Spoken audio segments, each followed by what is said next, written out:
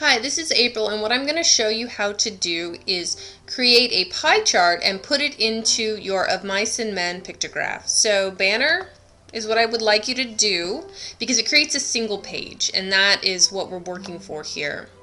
And then you scroll down and you'll notice you've got some template options, but for this case I'm just going to use a blank. And I'm clicking create and waiting for it to come up. So now that we have it, click on your poster because you have to sort of indicate to the software where it is you want your chart to go. Over here you'll see Tools. Click on Tools. Tools will give you the option for a video, a map, and a chart. We want a chart because we're making a pie chart. So click on Charts. You'll notice that it gives you a lot of options for charts. You know, vertical bar, triangular bar, horizontal bar, so on and so forth. But we're making a pie chart. So click on the pie chart. What you'll need to do is you need to label. Column A is your axes, so it's going to be George, Lenny,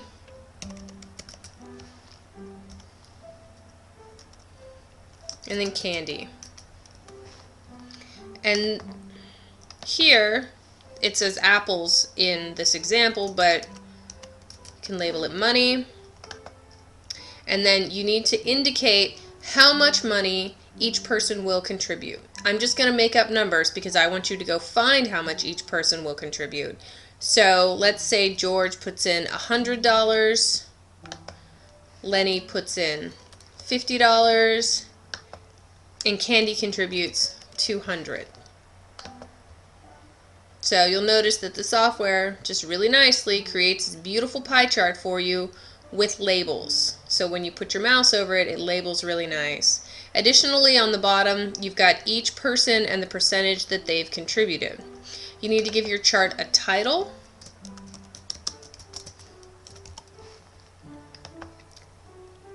See, it looks very nice. And then click on settings over here because you can change colors if you wish. Yeah, so let's make Lenny bright orange. Let's make George, let's see, super green. And then we'll make Candy maybe this pink color. Make sure your colors work. I don't like that pink. Let's do blue. Ooh, see, I like that. That's prettier. So there we go. And it's real simple. Like, you can't do a lot with this. So once you've finished, click Insert Chart. And it's going to put your chart right into your pictograph. And the nice thing is you can drag it wherever you want it. So say, you know, because I've given you the example of where everything should go, so you can just drag this bad boy anywhere you want it. Let's delete these because they're in the way for now.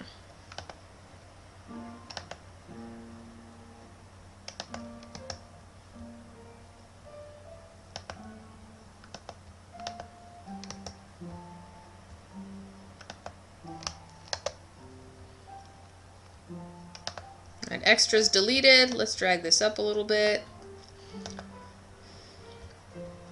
Don't forget, you need to add labels for each. So go into text.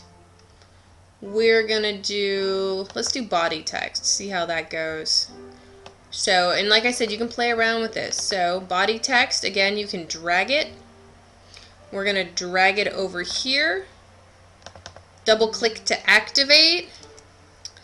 Let's see, because it's on this side labeled with the blue. So right here it is, blue.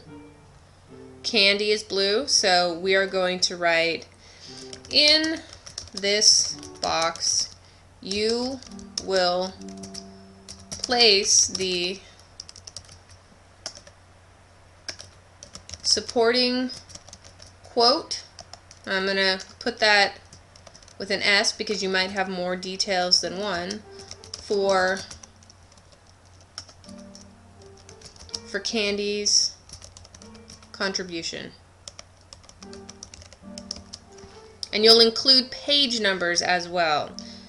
You can make the box a little bigger if you feel that like your quote's not large enough or whatever it is you want to do. So drag your box where you want it, and then what I want you to do, go to graphics, not graphics, tools, no, text.